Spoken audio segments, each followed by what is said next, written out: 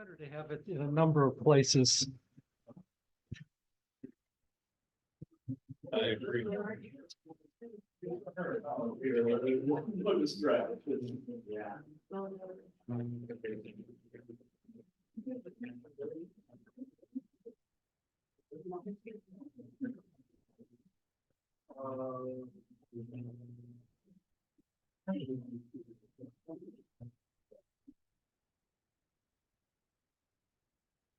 Do you have an agenda? Do you? Yeah.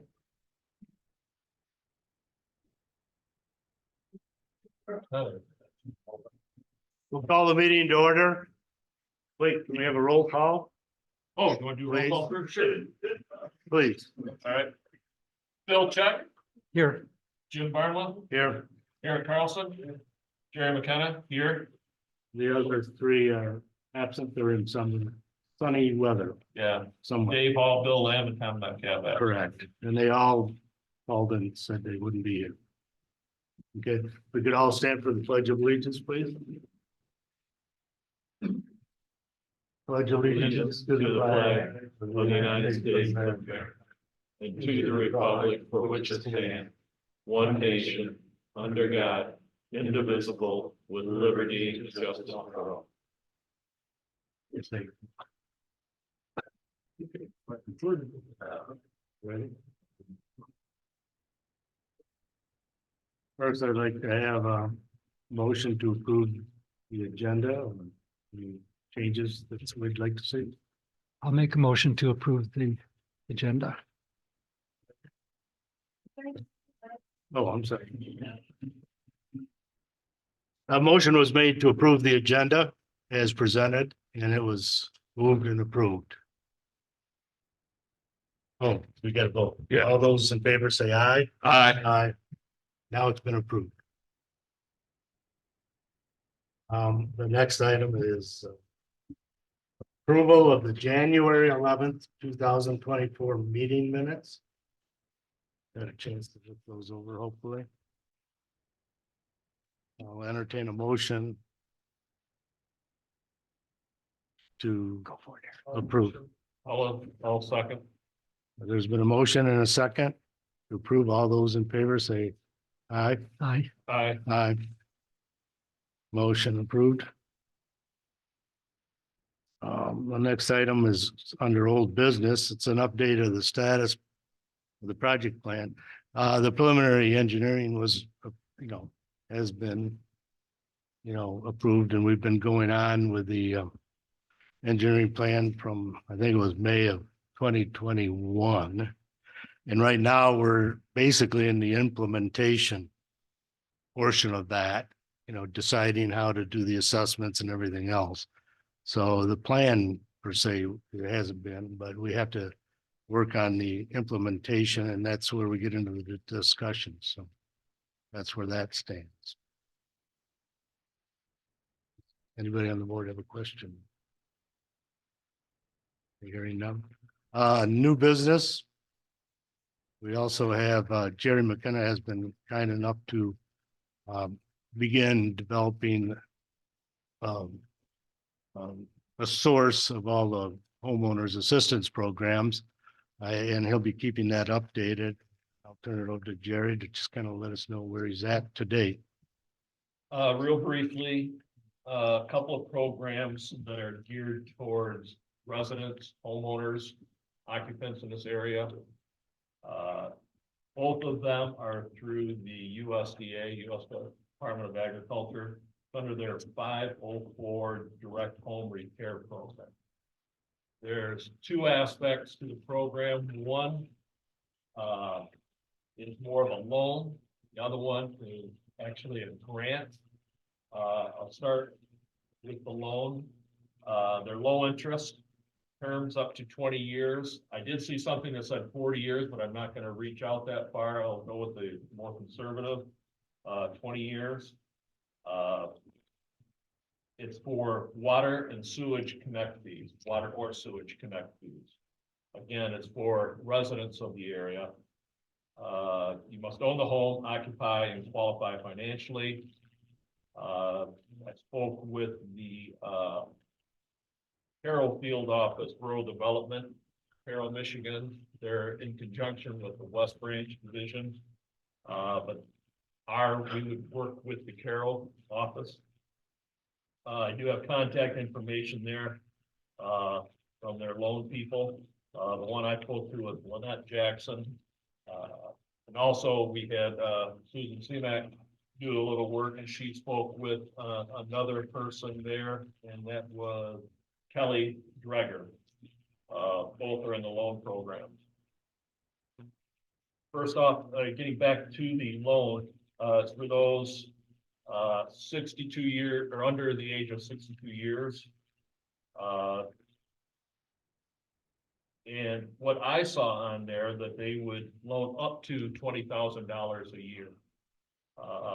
There is a pre-qualification worksheet online, but assistance is available at the Carroll Field office. They seem really helpful on the phone. She said most of the time,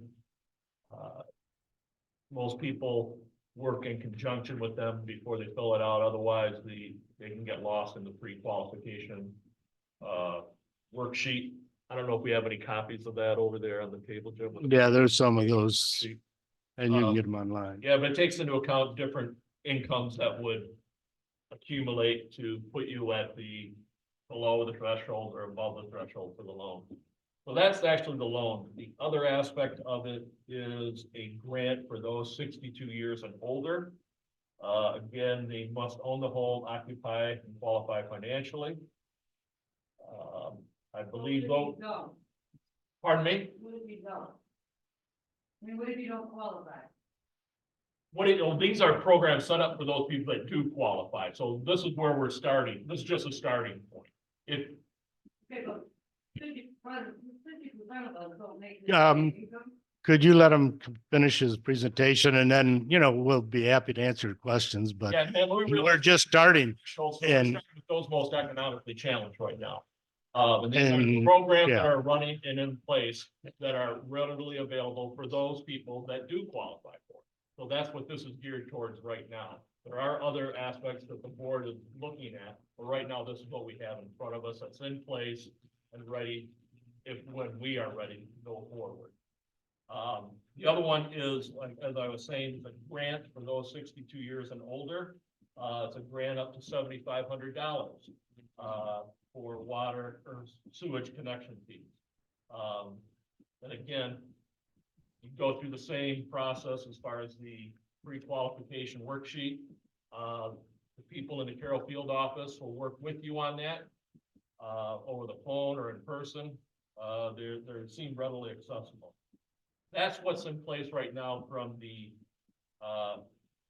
US DA as far as that goes. There's also a Michigan Department of Treasury deferred special assessments. That is on the state level, and their requirements must be a homestead owner, 65 years or older, or you and the spouse totally and permanently disabled. Must be a Michigan resident for 5 years and owned and occupied the property for 5 years. Again, qualified financially. The application is initially sent to the local township assessor, who verifies the information, and then it's sent up to the Department of Treasury for processing. That's through the state. Went a little further to see if Eagle has any programs in place, and right now they do not. They have what they call a Michigan Saves program, and Michigan Saves is only for failing septic systems and specifically prohibits use of money for connecting the sewer. So these are what that's there right now in front of us that may be helpful to some of those individuals. I did a little further digging because it suggested at the last meeting that the Veterans Association may have something in play that may apply, and couldn't find anything. I spoke with the Veterans Association of Roscommon. They weren't aware of any program. Directed me to Washington, D.C., who they weren't aware of any programs, but then directed me to the Georgia office. And there, but that's where their home building programs are. And they didn't have anything specifically in place. The only thing that they could find was a reference for contractors if a veteran was to go to a new home build and what the stipulations must be to qualify for their home construction programs as far as it connected to water and sewer. So that's just a brief rundown. We're working to get these posted on our website so that they're available. If anybody needs quicker information, we can give you those contacts. And lastly, in reference to your question, ma'am, we are as a board researching other means of gaining assistance. Board members are discussing different means of gaining assistance for people that don't qualify for these programs specifically. So, somebody like me would think I'm gonna have to go let a second job at 55 years old to do it. For no reason. My septic works fine, I got lots of property, put another sewer system on. And you just took the value of my house to try and sell it. Ma'am, we'll have a room for public comments here in a moment. We're just talking as a presentation. Okay, So we'll go on to the next item. question, You know, the loans, did you find out what the interest rates might be? Are they below? Oh, they're standard well interest below rates or- current interest rate, Okay, but I don't want to say it's 2.5% because I didn't get a firm number from them. You know, interest rates have gone up, but, you know, because if you read these programs when they were written in, 2019 or last updated 2019, they say 1%. Well, yeah, pretty much assured that's not the case. okay. yeah, we'll be looking in, I know Michigan. Yours and on? Mine on. Anyway, we'll be looking into these programs. The idea is we're trying to get ahead of the concerns that have been raised over the last few years. A lot of people said we're going to put people out of their house and home. There's a lot of people that are, in need of assistance.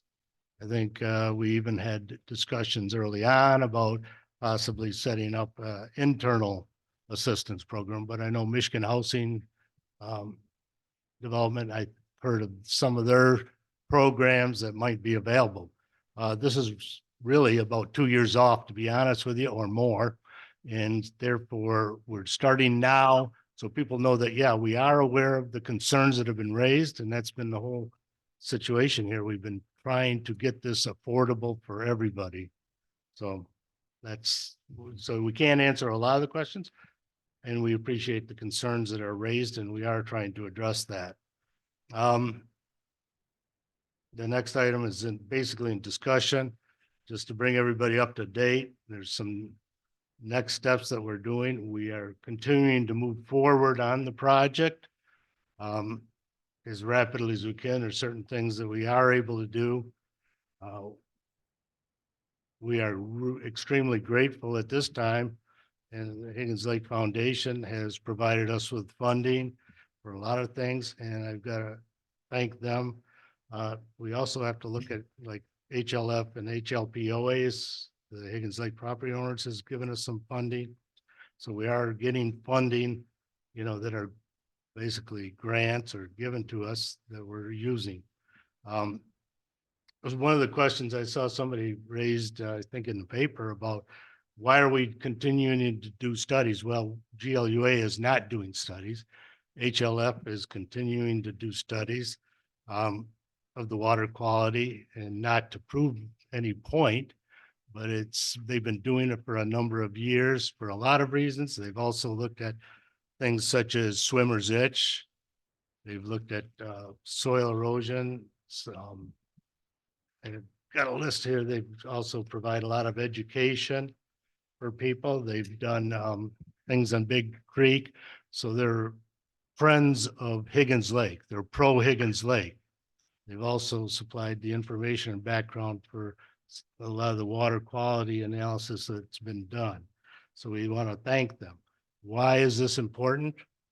Well, I look back at the one study that was done at Camp Cornelia. We have information prior to their sewers being put in the near shore area.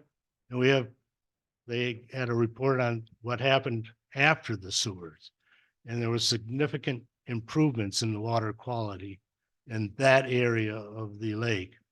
Unfortunately, we don't have sewers all the way around the lake, and that's one of the things that we are charged to look at.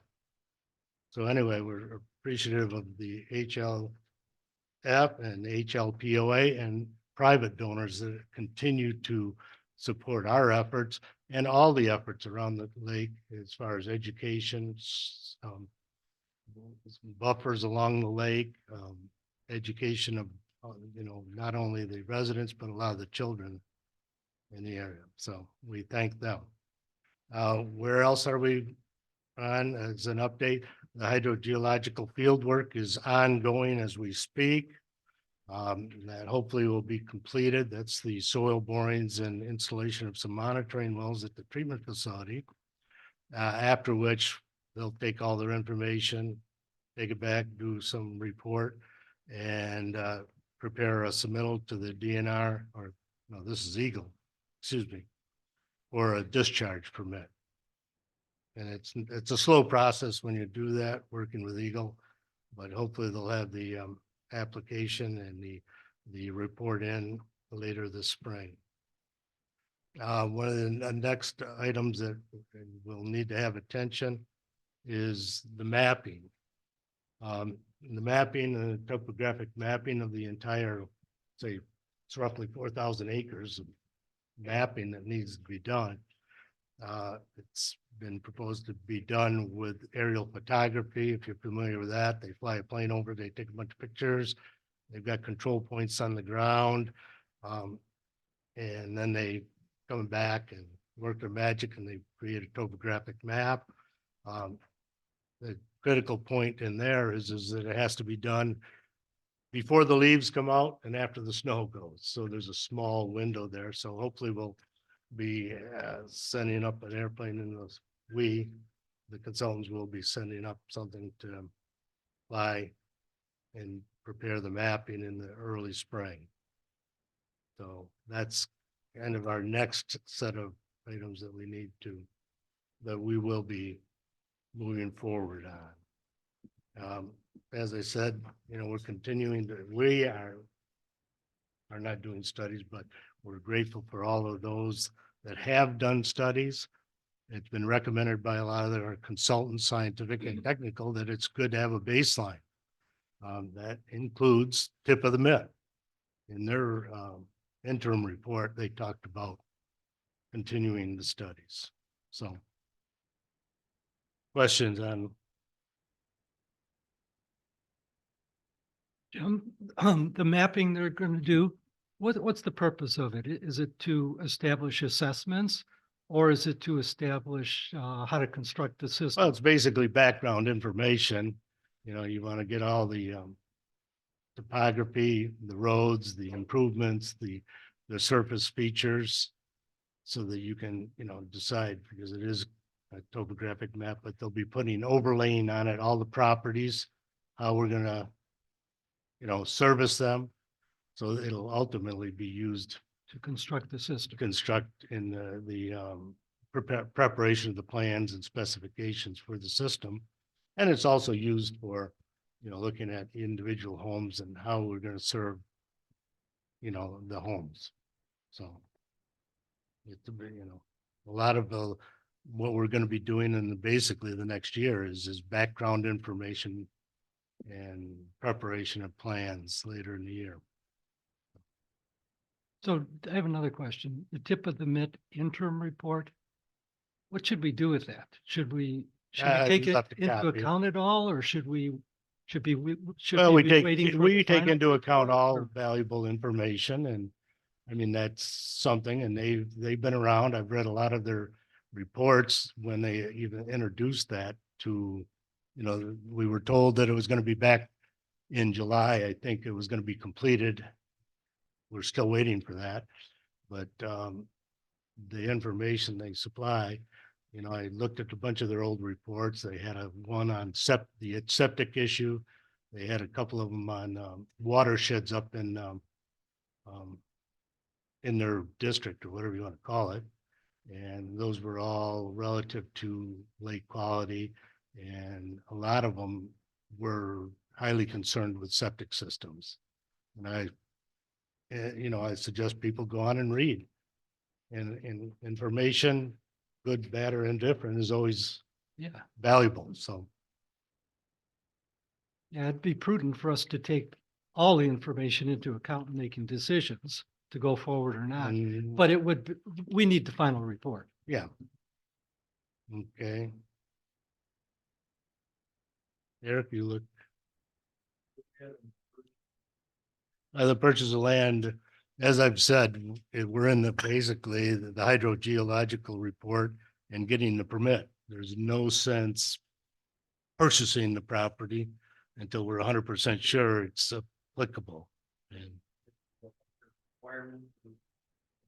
no, but it's like a homeowner doesn't want to buy a house without doing it. They have agreed to sell it to us. And I've asked them, is there necessarily a time frame? And they said no. So I don't, we want to make sure that before we spend the money, fruitlessly. Yeah, they had done 5 borings in 2021. They were all consistent. The groundwater was down, the soils are good, but it's like anything else, till you get cash in the bank. You might as well keep your money in your pocket versus sending it off to Lansing. So one of the steps we have to do before we can submit a bid to purchase it is hire one of their assessors. Yeah. When- Well, if when they should do an we do that? appraisal, we don't do it. They basically have a list of approved assessors. They'll tell us, you hire them And when should we kick that process off? after we're 100% sure the property is. We have to be Excellent. 100%. It sounds like we're pretty confident. Yeah, but I worked with the DNR and Okay. Eagle, and until you get the permit, you don't have the permit. And what the land's just gonna be sitting there, so why put the money out before we have to? Good enough. No, they're not. Yeah, good enough. It took us about a year and a half to go through all the different options and different parcels. We wanted different parcels. They directed us around to that parcel ultimately, and that's kind of where we settled on. So it took about a year or so to even get to that point. So I'm not worried about them selling it out from underneath us. Okay. Are we worried about our neighbors? I think we've been accused of throwing our trash over the fence into our neighbor's yard. Have you heard anything more? No, Has anybody complained at all? no, Oh, okay. we had just the one person concerned about, but there again, it's regulated. That's why the permitting process is there. They will set restraints on anything that we discharge. Yeah. That's acceptable. We had to go through about 5 or 6 of their departments at the Eagle and DNR just to get where we're at, so. Okay. Jerry. Yeah. Budgets, I guess. I'll talk a little bit about it. Right now, we have to develop a budget for the next year. Currently, we're getting information from the engineer, legal, fiscal advisors, and things like that. And we want to know how much money we need to obtain or secure in order to move forward on a timely basis. And I think Phil's been working on some of this. I don't know if you have any additional. Yeah. A number of people have been working on a few grants, and one of the requirements is to put together a budget. And knowing that, Jim, I think you've asked for estimates from Fleece and Vanderbrink of what the expenditures might look like for the rest of this year. And we've got that, and we've got a pretty good handle on it. And I've gone out and talked with other utilities around the area. Basically their budget is handled, and their accounting, quite frankly, is handled by a BS&A system, which is what all the governmental units use around here. So it's like using Excel or something. It's a established program and it's easy to use and it's pretty straightforward and standard. But one of the other things in applying for grants we needed, I reported that we had a DUNS number. And we did, that goes way back, but I found out that the DUNS number is obsolete now. And there's a new number, it's called a Unique Entity ID or UEI number that's issued by the federal government. And I applied for that. We have our number, so we're ready to go with that number. And that's where the grants will come through that number and be paid to GLUA eventually, hopefully. So I think I reported last month that we have a bank account at Huntington. A number of contributions have come in. We started paying expenses through that account and everything's working well. Thank you. April, We have a fiscal year, fiscal year Right. is April Instead 1 of a to calendar March year. 31st, which coincides with the townships. And we should have a budget. next month, we should Next have a month, budget so it hopefully. can be approved before our fiscal year starts. Who approves the budget? You, Are the We townships do. involved in approving? No. the budget? no, No, we have to approve our budget. And what I've asked the consultants is, a long time ago, they gave us about a time frame from this, where we are in the process now, to going to bid. And I told them, give us a budget so that we keep on that track.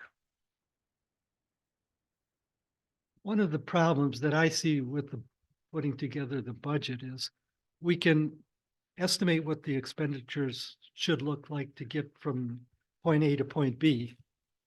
But if we don't have the funding,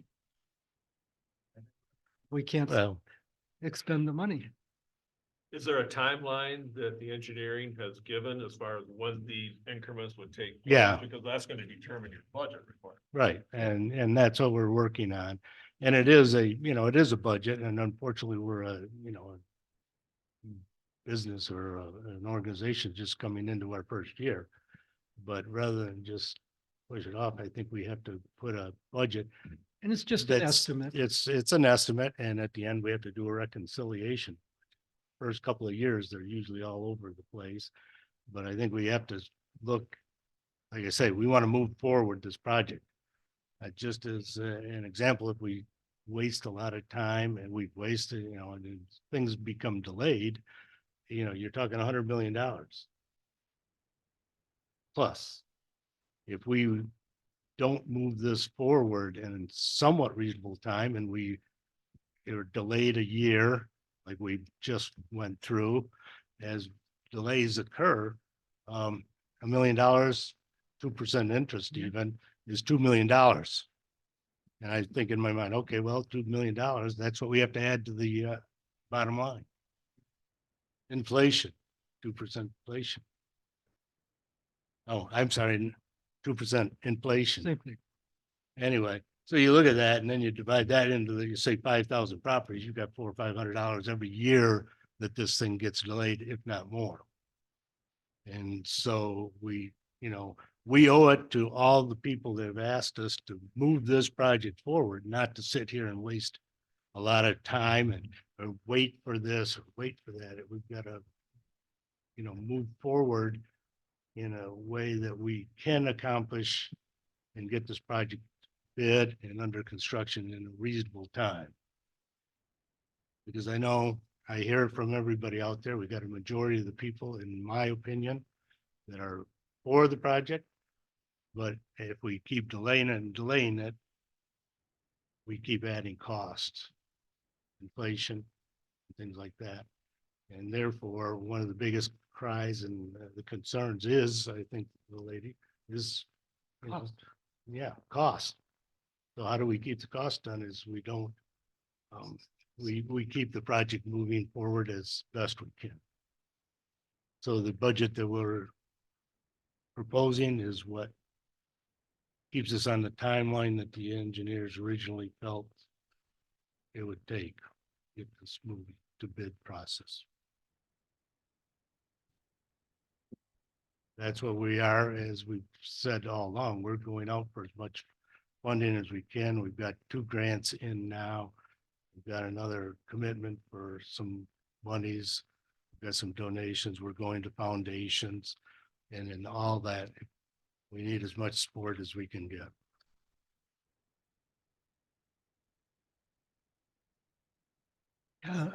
You mentioned donations. I did too. I was pleasantly surprised. One of the individual donations that we got, I won't say who it's from, $5,000. Yeah. An individual in the sewer district contributed $5,000 of his own money. So that's what we've been tasked to do, is to move the project along.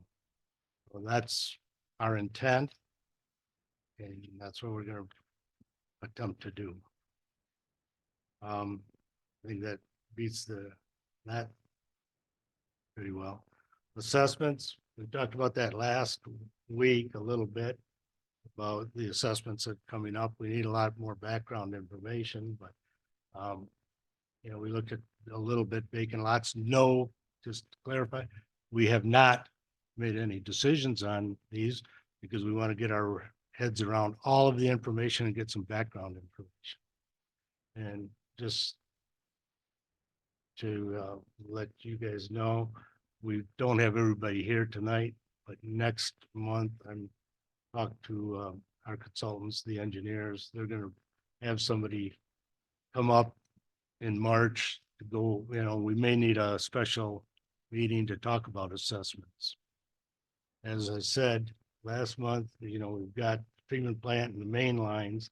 That's all common costs, as I call them. But then we also have the biggest challenge, or the more trying issue is how do we handle the on-lot cost? We had a lot of people during the course of this project getting to date indicating the equitable. How do we make this equitable?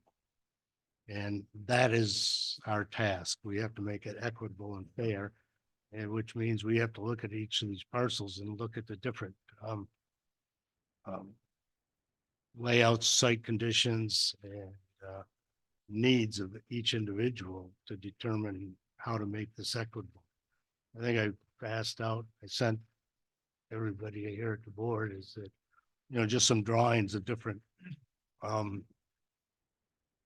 scenarios where you have one house on one lot, you've got 2 houses on one lot, you got 3 houses on one lot. And then you've got certain situations where you have 10 homes on one lot. Or somebody has a couple of homes with 3 rentals, and then you've got the associations, you've got the condominiums. So and commercial, so we have to look at that, and I'm hoping that the engineer will give us some insight into the best method to do that and how to make it as fair and equitable as we can. So that'll be a Jim, can I say something about that? I originally started out by thinking that if a person owned a vacant lot and he wanted to keep it as a hunting land or as a buffer between him and his neighbor or something, and he never intended to develop it, that we should not be charging an assessment on a vacant lot. I've heard comments from the public, which are good, that vacant lots also receive a benefit from the sewer, and they do. And I've changed my mind completely on how we should handle vacant lots. Thank you. Well, and that's all the things we got to consider is the benefit. And in a special assessment district, the key is to marry the benefit to what their assessment is. Yeah. And the assessment is really, the special assessment district is just a mechanism that was elected to pay off the capital cost.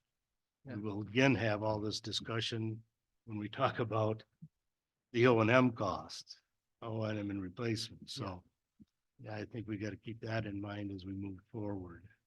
So that's, I think we'll cancel we will cut off the assessment discussion at this point. Because I think we need more information and we'll be getting that. Hopefully some expert or expert direction next month. So do you think Fleece is going to provide something as far as assessments?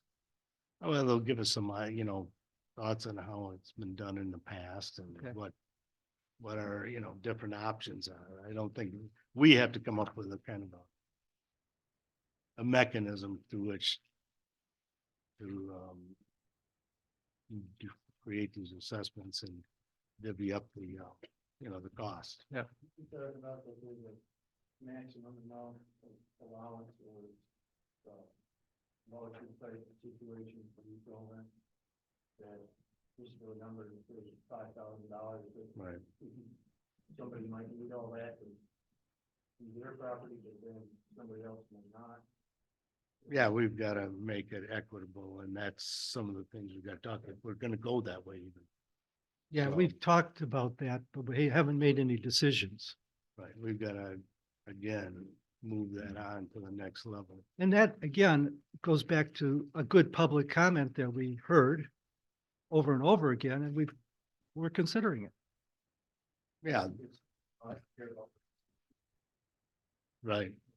Correct. In distance and how the person or follow it. Right. Well, and that's becomes the issue is how do we create an assessment that's fair, to you who maybe lives and has their septic right there and somebody that has, you gotta go 200 or 300 feet for their septic and they've got a number of other issues there. And the person that has 2 homes versus 1 home. The condominiums and the thing. So I think right now, as you can tell, we're in the gathering information and trying to develop these, like I say, a fair and equitable solution to that. Okay. I'd like to open it up to public comment. If you could just come forward, state your name, address. We can go through that. Yes, please. Well, you have to come and sit at the mic, otherwise people can't hear you.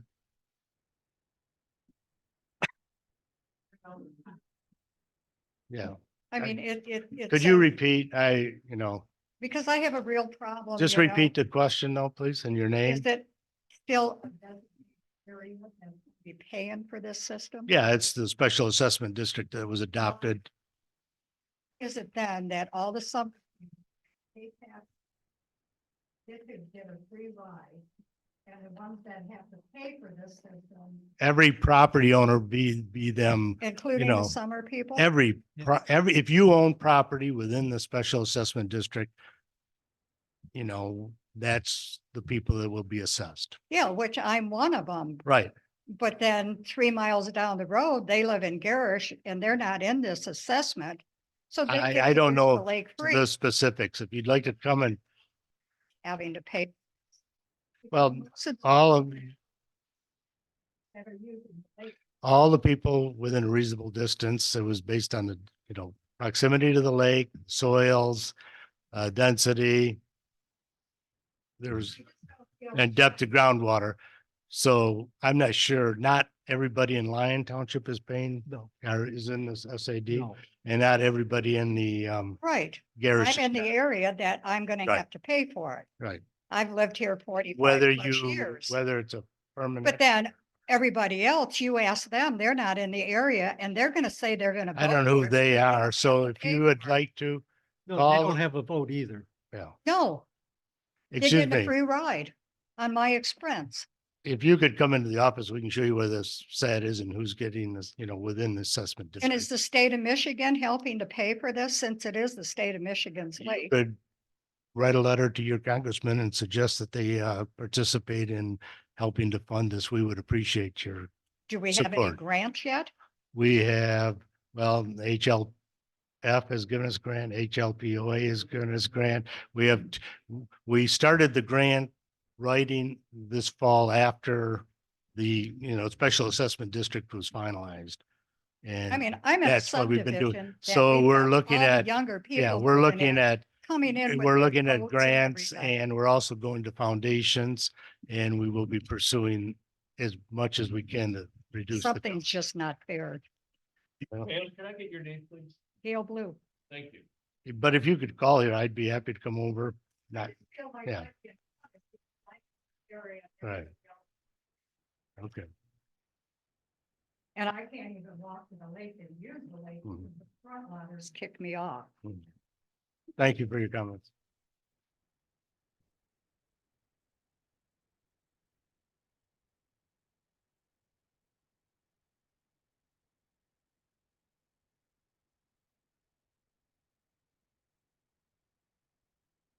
Paul Kmenik. Couple of questions. The original company that quoted this project, are they still in tune with us after 4 years?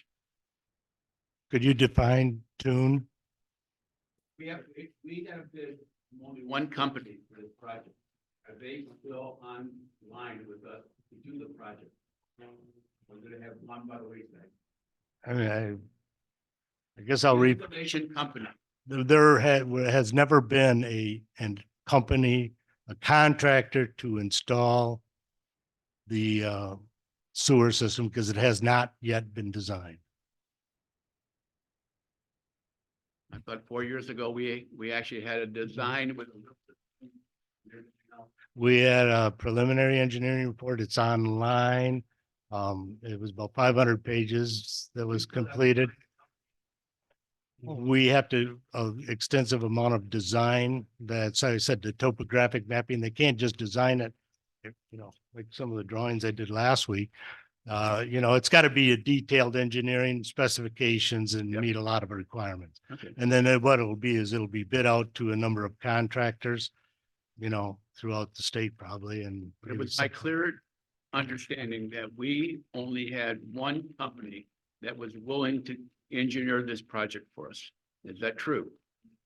That's not true. Okay. Thank you. And where are we at in the final number? We started at 130 to 140. Well, it was 130 plus or whatever it was. And then it was now, we went through GLUA. I wasn't there at the time. They had a bunch of public hearings and a lot of input from those. So, and then some people had some valid concerns. They were outside of the watershed. They were up in an area, there was no homes, and so they reduced it down slightly. And then they created the special assessment district. And that was estimated by the engineers, the construction cost, they estimated $115 million. And hence, I think I'll go back to my question. The more we delay, the more things, the more possibility we can go over. And I know one of the people from the audience at one time was an expert on the SAD, indicated there are, and I hate to say it, an opportunity to bump that up a little bit, to a certain level. That number.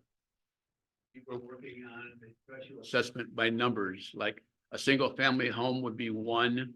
A dual family would be 2. If you had 5 bathrooms, you'd be a 3, and a condo association would be 5. But all those numbers, were they ever finalized? No. No, and those were just for operations and maintenance. Okay. Yeah. And yeah, if you want to, there's a good report, Oakland County, their system, they did a big report on what you call them residential equivalent units. Yeah. And that basically is, you're trying to relate everything to a single family home, the average flow from a single family home. And they have, Paul, can I get your last name? Ochmanek, OCHMANEK. Good questions. thank you. Good questions.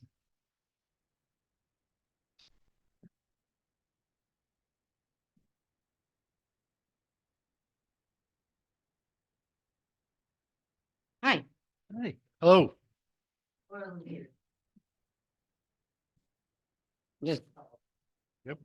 Home Lake, when they. I was talking. They actually.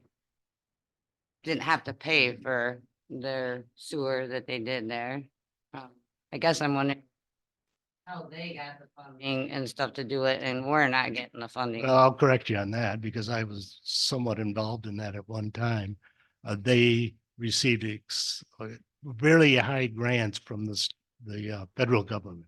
It was under the Clean Water Act back in 1968. And they were funding basically these projects, and you saw Houghton Lake, you saw a lot of these communities get on board. As a matter of fact, Lyon and Garish Township was offered that same deal of approximately, it ended up being about 75 or 80% of the cost, but they were assessed the remainder. And that was back then. And that's what we're trying to do now is get the federal government and the state government to help subsidize our project. But back then they got really large grants, and it was I can't remember, but they basically ended up with about an 80% grant. My question is, are the people that are involved in that area, because I'm borderline. So, are we gonna actually be able, every single resident in that to be able to vote on this? Or are you now telling us we are definitely doing this? Nothing's done until it's But I guess set my out to question is, bid, are we but gonna, have- no, there will be no vote. so you're the- telling us this project is going to no matter what? We're moving forward with Do the you public act. understand my situation? I have a, No, I don't, but I'd be well, I happy know, to. but I'm just saying that I don't have the luxury of living on the lake. I'm, Fine. I can't afford it. And if I have to pay the same amount on my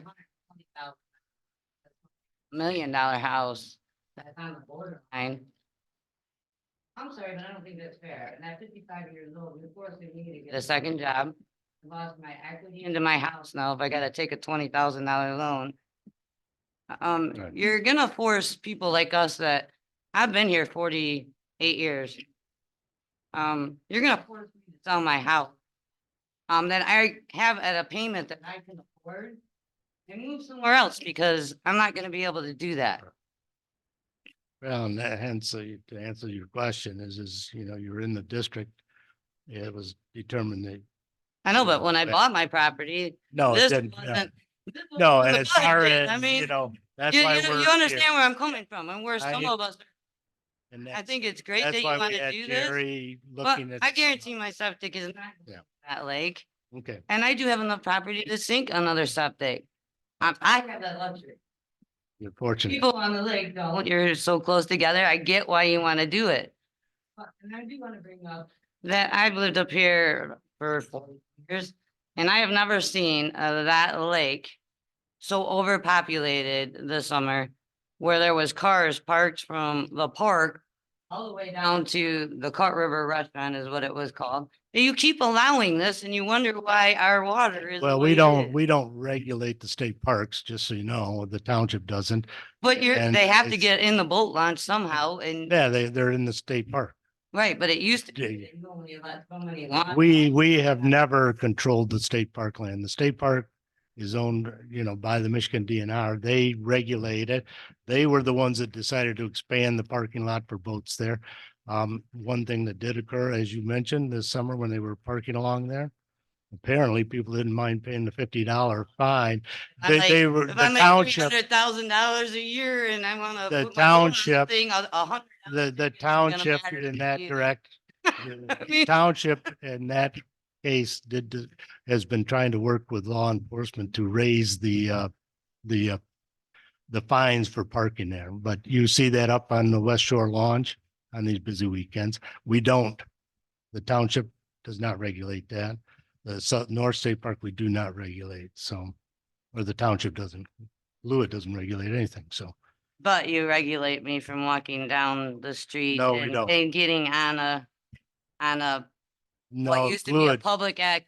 GLUA does not. This So, board okay. is just for the sewer only. I'm on the town. I know, I'm telling you right Right. now that if you Okay. did a vote, people that don't live on, the lake would vote against this because they can't afford it. Okay, well, we appreciate it. Well, and that's why we're attempting, and I hope you take those concerns and write them a letter to your legislators because they were, We find out differently. well, we did a through the Public Act, which gave a lot of people the vote or say.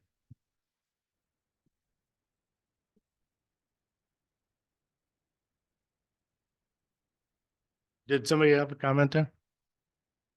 Heard somebody talking? $1 million project, we don't get a vote. 115 million. And there was through the Public Act 188, and not only the residents that are permanent residents here, but people that are part-time, seasonal, also had a say in that process.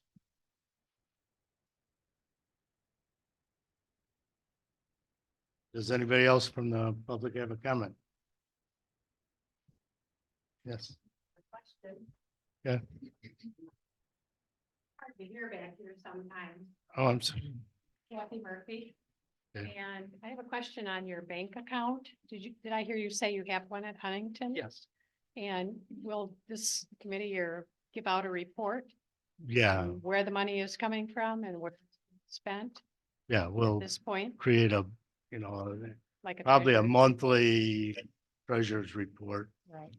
Okay, So that's, we probably won't identify individual donors, just so you know. that's right. I Just think how there's a much is certain coming in privacy. through Donations or Yeah.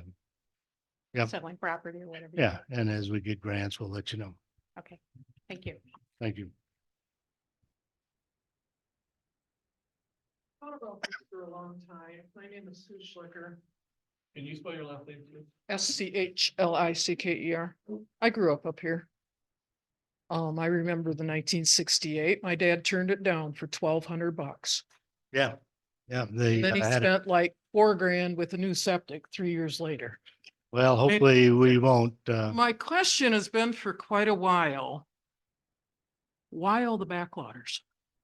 Does that make it feasible and affordable? Why not 500 feet off the lake? You know, that's what's getting into the lake. Has that ever been thought? At a cost? we looked at the proximity to the water and the 4 criteria, the density. Right, You know, if you in a subdivision or something that's correct.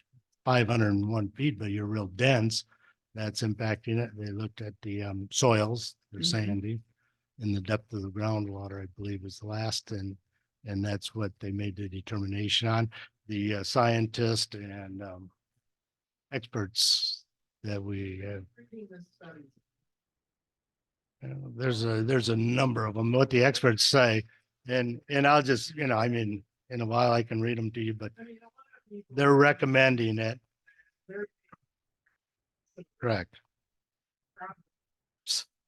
Have fun. They're the multi-million-dollar places. Right.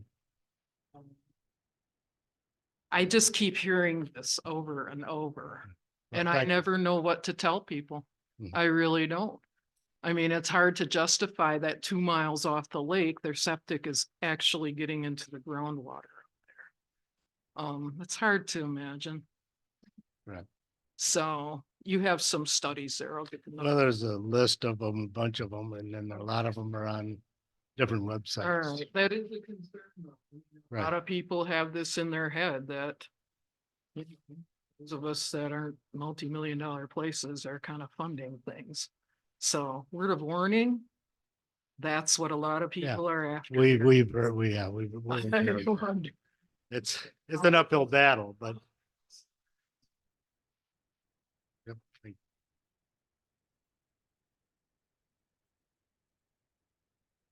Comments from them. Thank you. We appreciate the comments. Now we'll go to board comments. Bill, you want to start? I don't have a lot to say other than to thank everybody for the comments that we've received today and also in the past. There have been a lot of good comments, like I mentioned before, about vacant lots and about on-site costs that we've taken into account, and I think they're really good concerns and keep them coming. Thank you.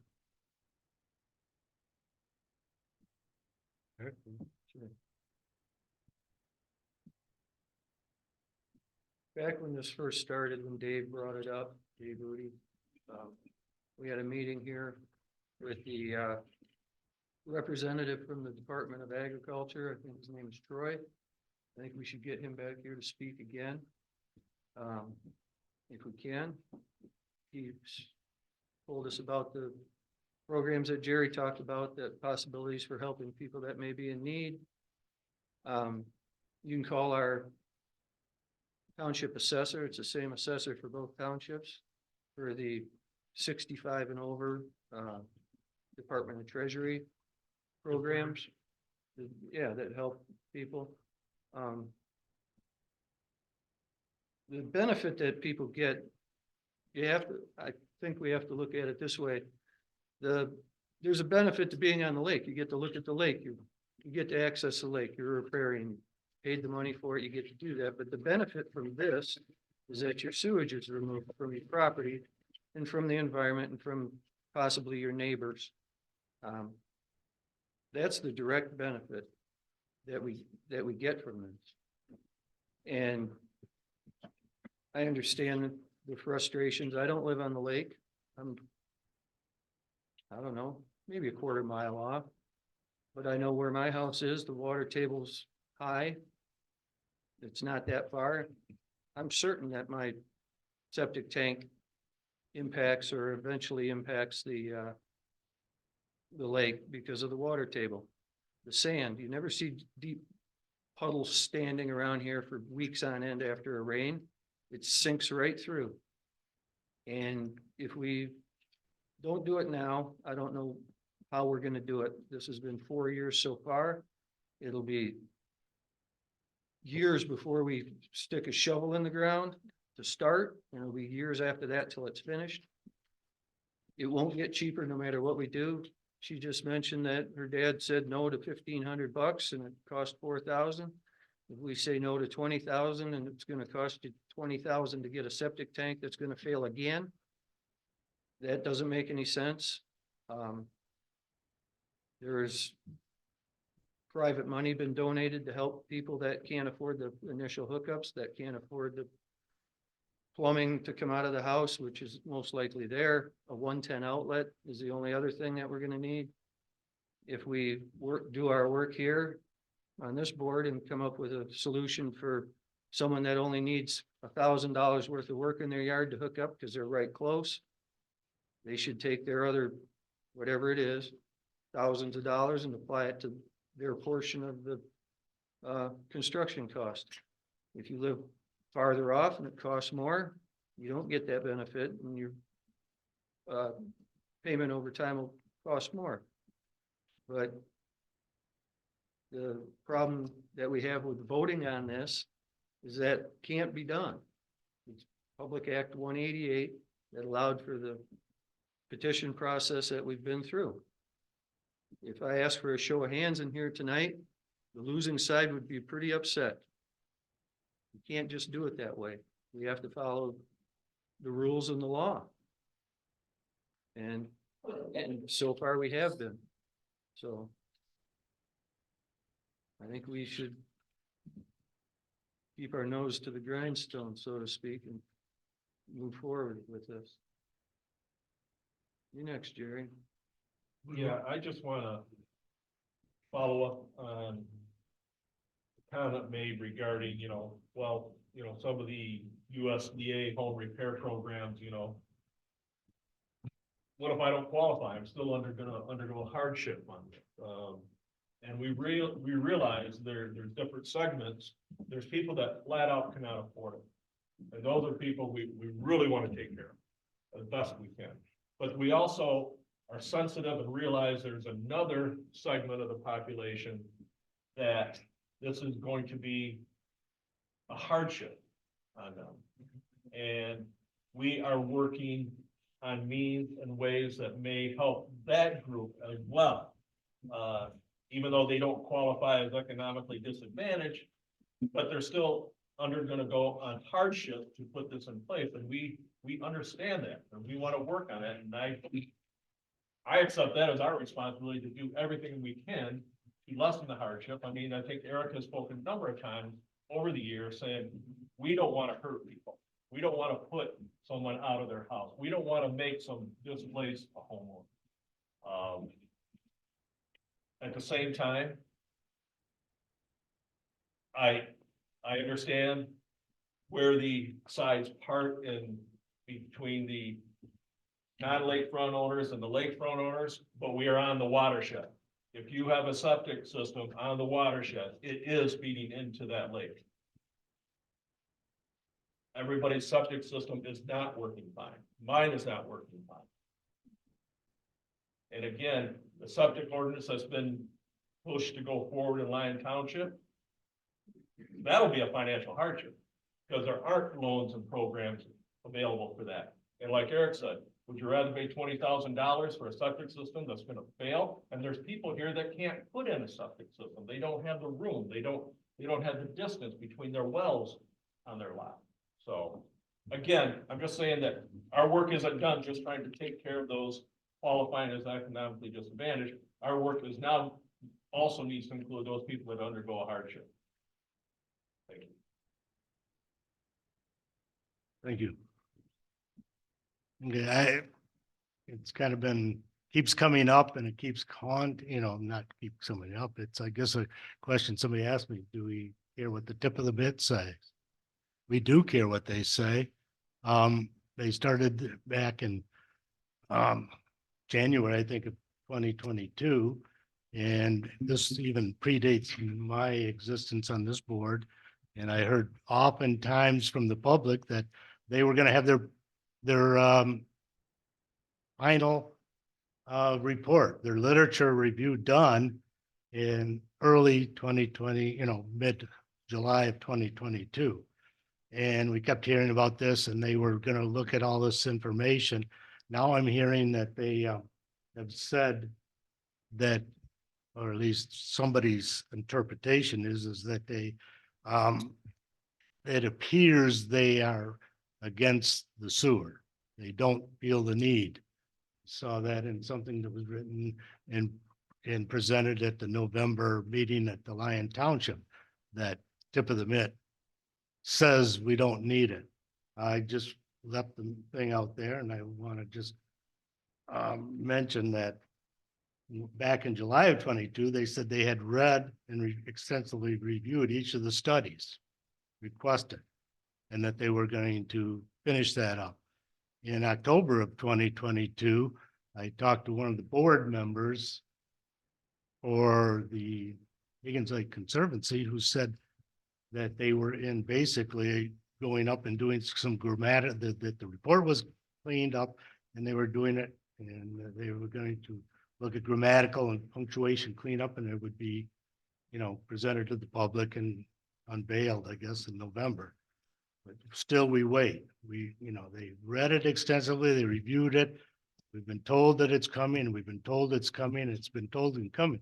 If we would wait 2 years, and as I said, 2 years of time is $4 million or money that we would have to push on to these people, all of you, to help, pay for it if we finally get the sewers going.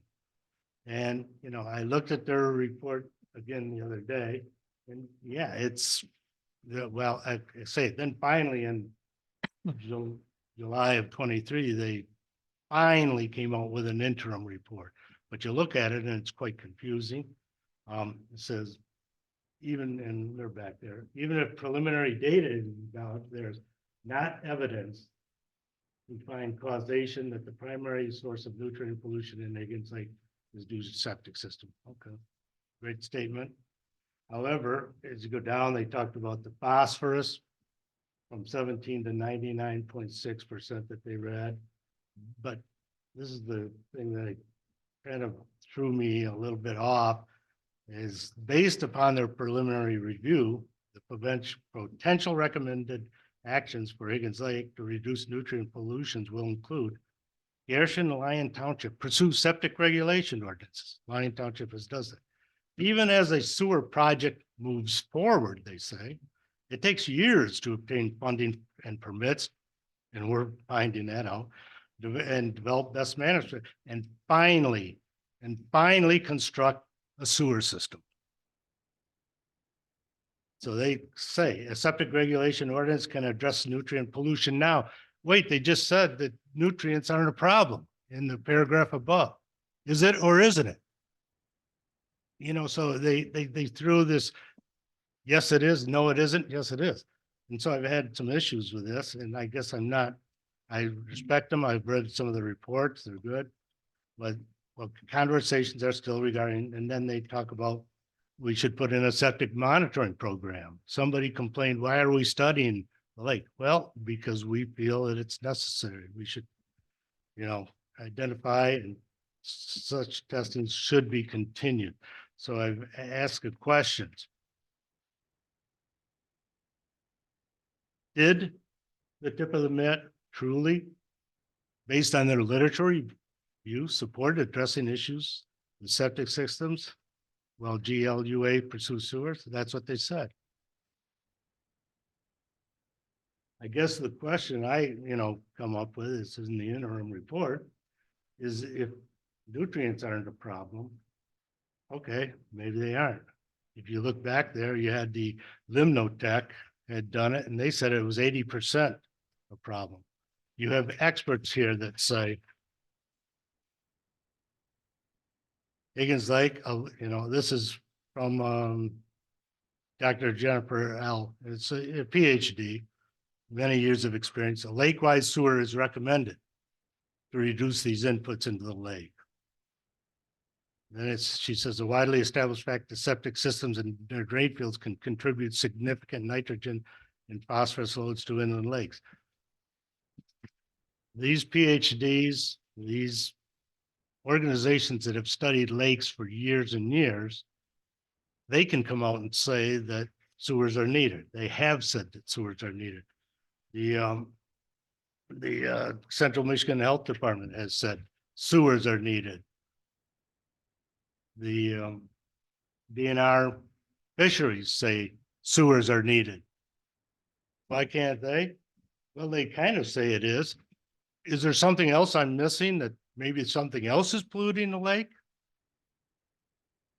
Here we wait 2 years later, 3 years later, and we still don't have a report from them, a final report. And I give them the benefit of the day.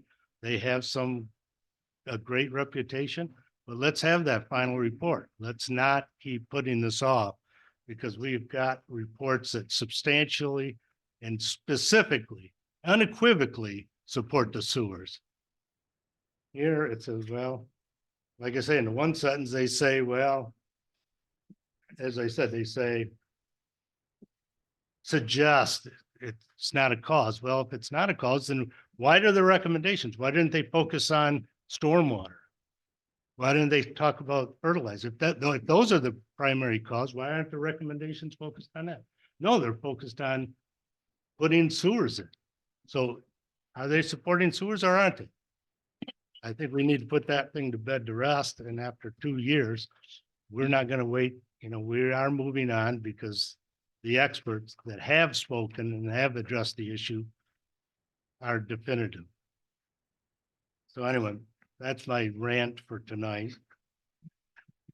And I apologize. It's just, I kept getting beat up on this stuff, and and as they say, more information and recommendations will come in the final report. Will we ever see a final report? I was told it was done in November or October of 22.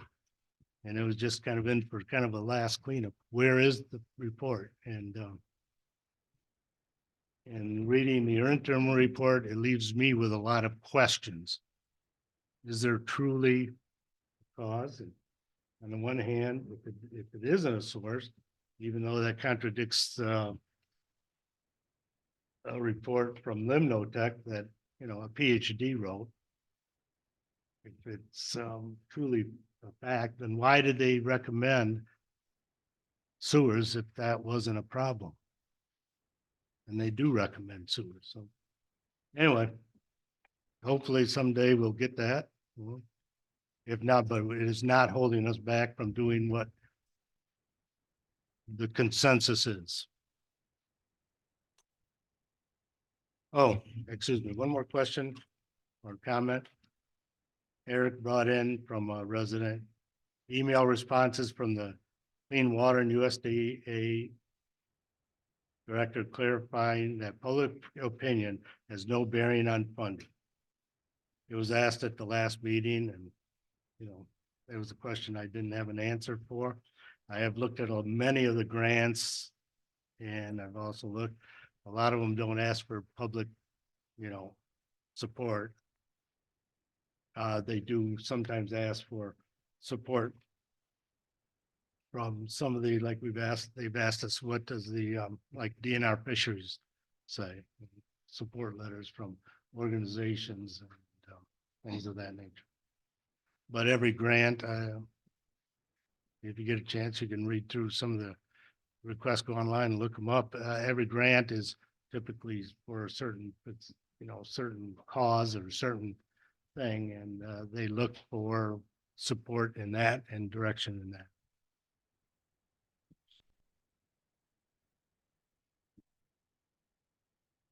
Anybody else has any more comments? Motion to adjourn. I second. I fully support. Okay, having a motion to adjourn and a support, I'll ask the question. All those in favor, say aye. Aye. Opposed? Nay. Hearing none, motion passed.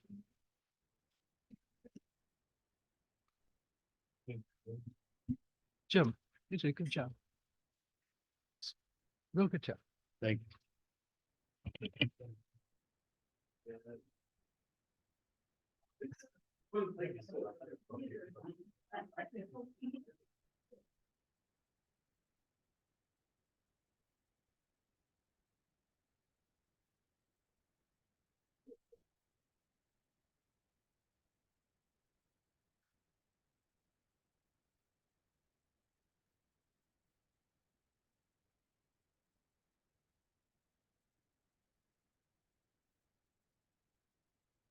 Thank you, though.